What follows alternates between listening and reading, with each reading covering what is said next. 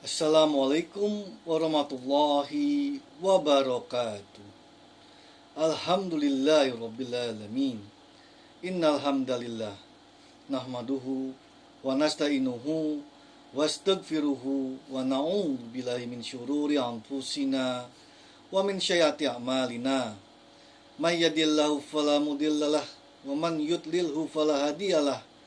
Asyhadu an la ilaha illallah wahdahu la syarikalah wa asyhadu anna Muhammadan abduhu wa rasuluh la nabiyya ba'dah. Allahumma sholli ala Muhammad wa ala ali Muhammad. Ya ayyuhalladzina amanu taqullaha haqqa tuqatih wa la tamutunna illa wa antum muslimun. Rabbana zalamna anfusana wa illam taghfir lana wa tarhamna lanakunanna minal khasirin. Subhanallah wa bihamdihi subhanallahil azim. La ilaha illa anta subhanaka inni kuntu minadh dhalimin. Hasbunallah wa ni'mal wakil, ni'mal maula wa ni'man nasir. Allahumma sholli ala Muhammad wa ala ali Muhammad. Subhana rabbika rabbil izzati amma yasifun wa salamun ala mursalin walhamdulillahi rabbil alamin. Ibadallah, inna allaha wa malaikatahu yushollu ala nabi. Ya ayyuhalladzina amanu shollu alaihi wa sallimu taslima. Qala Allahu ta'ala fil karim, a'udzu billahi minasyaitonir rajim. Bismillahirrahmanirrahim. Qul huwallahu ahad, Allahus samad, lam yalid wa lam yulad wa lam yakul lahu kufuwan ahad. Shadaqallahul azim. Raditu billahi rabbah wa bil islami dinah wa bil muhammadin nabiyya wa rasulah.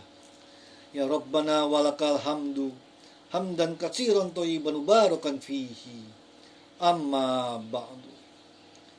Para ikhwan wa akhwat rahimakumullah, tema ceramah saya hari ini adalah jagalah alam, jangan malah merusaknya. Para ikhwan wa akhwat rahimakumullah, puji syukur alhamdulillah rabbil alamin atas segala nikmat dan karunia yang telah diberikan kepada kita semua.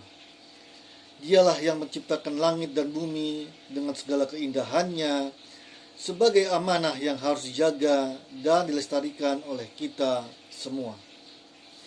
Kepadanya kita bersyukur atas udara yang kita hirup, air yang mengalir, dan tanah yang menumbuhkan rezeki. Dan hanya dengan petunjuknya kita dapat memahami bahwa menjaga kelestarian ciptaannya adalah bagian dari ibadah. Sholawat dan salam mari senantiasa kita haturkan kepada junjungan kita Nabi Muhammad sallallahu alaihi wasallam. Allahumma sholli ala wa sallim Sayyidina Muhammad wa ala ali wa sahbihi, pembawa cahaya kebenaran dan penuntun umat menuju ketaatan. Melalui keteladanannya kita bisa belajar mencintai makhluk, mencintai alam semesta, merawatnya dengan baik dan melestarikannya. Semoga Allah mempertemukan kita semua dengan di dalam surga yang abadi. Amin ya rabbal alamin. Selanjutnya sudah menjadi kewajiban bagi kami selaku penceramah untuk senantiasa mengingatkan diri sendiri dan jamaah sekalian untuk terus berusaha memperkuat keimanan dan ketakwaan kepada Allah. Salah satu cara adalah dengan memelihara hati dari godaan duniawi yang dapat menjerumuskan pada kesesatan dan ketamakan, serta membenahi niat dalam setiap langkah ibadah yang kita lakukan.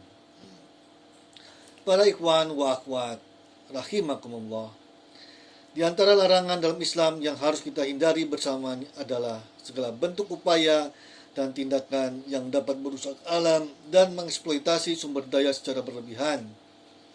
Sebab pada hakikatnya bumi diciptakan tidak hanya sebagai tempat, tapi juga keseimbangan. Gunung-gunung sebagai pasaknya, sungai sebagai jalurnya, dan tumbuh-tumbuhan sebagai penyeimbangnya. Semua ini tidak untuk dirusak, melainkan untuk dijaga dengan penuh rasa tanggung jawab. Berkaitan dengan hal ini, Allah berfirman dalam Al-Quran yang artinya, janganlah kamu berbuat kerusakan di bumi setelah diatur dengan baik. Berdoalah kepadanya dengan rasa takut dan penuh harap. Sesungguhnya rahmat Allah sangat dekat dengan orang-orang yang berbuat baik. Quran Surah Al-Araf ayat 56. Ayat ini merupakan seruan yang jelas dan tegas kepada kita semua bahwa bumi telah diciptakan dalam keadaan seimbang, teratur, dan indah.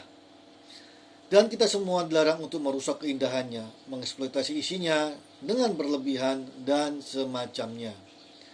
Sejak awal, Allah telah memperindah dan menyempurnakannya untuk dimanfaatkan dengan bijak, bukan untuk dihabiskan secara rakus dan sembrono. Merujuk penjelasan Imam Ibnu Katsir dalam kitab Tafsir Al-Qur'anil Azim, jilid 3, halaman 429, ayat ini merupakan larangan yang sangat tegas dari Allah kepada kita semua dari berbuat kerusakan di muka bumi. Ketika alam telah ditata dengan rapi, keseimbangan telah diciptakan dengan sempurna, lalu datang tangan-tangan manusia yang serakah merusaknya, maka kerusakan itu tidak hanya menghancurkan lingkungan, tetapi juga mendatangkan malapetaka bagi seluruh umat manusia, dan ini lebih berbahaya. Sebab kerusakan yang terjadi setelah perbaikan adalah jenis kerusakan yang paling berbahaya. Allah Ta'ala melarang dari perbuatan merusak di bumi, dan betapa lebih berbahayanya kerusakan itu setelah adanya perbaikan. Karena sesungguhnya apabila segala urusan telah berjalan di atas jalan yang lurus, maka lalu terjadi kerusakan setelah itu, maka itu menjadi kerusakan yang paling berbahaya bagi para hamba. Para ikhwan wa akhwat rahimakumullah. Maka dari itu, marilah kita semua bersama-sama menjaga kelestarian alam ini sebagai bagian dari bentuk penghambaan kita kepada Allah Ta'ala. Jangan sampai tangan kita yang diberi kekuatan justru menjadi alat penghancur bagi ciptaannya. Jangan sampai akal yang Allah anugerahkan justru dipakai untuk mengatur strategi eksploitasi yang merusak tatanan bumi. Sebaiknya gunakanlah seluruh potensi yang kita miliki untuk merawat, melestarikan, dan menumbuhkan kehidupan.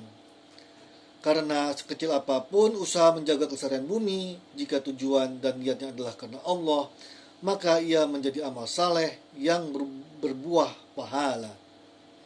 Namun jika kita merasa belum mampu memberikan kontribusi besar dalam menjaga kelestarian alam, maka setidaknya jangan menjadi bagian dari perusaknya. Oleh sebab itu, Syekh Muhammad Mutawalli Asy-Syarawi dalam kitab Tafsir wa Kawatirul Umam jilid 1 halaman 691 menjelaskan bahwa spirit dari ayat di atas adalah memerintahkan kita semua untuk menjadi manusia yang santun terhadap alam semesta di sekitar. Jika tidak mampu memperindah atau memperbaikinya, maka paling tidak biarkanlah ia tetap dalam kondisi asli tanpa kita rusak. Maka bersikap santunlah terhadap alam semesta di sekitarmu. Jika engkau tidak mampu menambah keindahannya, maka paling tidak biarkanlah ia sebagaimana adanya tanpa engkau rusak. Namun Masyarul muslimin, kita juga tidak boleh menutup mata bahwa perusakan alam seringkali tidak semata-mata akibat perilaku individu, tetapi juga dilakukan secara sistematis oleh pihak-pihak yang memiliki kuasa besar, baik itu perusahaan maupun negara. Maka kewajiban menjaga lingkungan tidak hanya dibebankan pada warga biasa, tetapi terutama pada mereka yang punya wewenang akses dan skala dampak yang jauh lebih besar dari warga biasa. Para ikhwan wa akhwat rahimakumullah. Menjaga alam adalah bagian dari penghambaan kita kepada Allah. Namun, yang lebih penting juga untuk diingat adalah peringatan tegas dari Allah agar kita tidak menjadi perusak setelah alam ini ditata dengan penuh keseimbangan. Sebab merusak alam berarti menentang sistem yang Allah ciptakan dengan benar dan lurus. Dan kerusakan sekalipun awalnya tampak kecil, bisa berujung pada bencana yang lebih besar, sehingga banjir, kekeringan, wabah, hingga krisis pangan dan iklim. Maka jika kita belum mampu menanam, setidaknya jangan menebang. Jika tidak bisa memperbaiki, jangan menambah rusak. Karena diam yang menjaga lebih baik daripada gerak yang merusak, dan membiarkan alam tetap utuh lebih mulia daripada mengubahnya menjadi kehancuran. Demikian adanya ceramah kita perihal larangan merusak alam, dan anjuran untuk merawat kelestariannya. Semoga menjadi ceramah yang membawa berkah dan manfaat bagi kita semua. Amin ya rabbal alamin.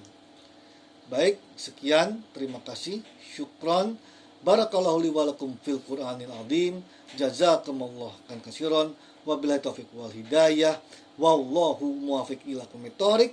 Wassalamualaikum warahmatullahi wabarakatuh.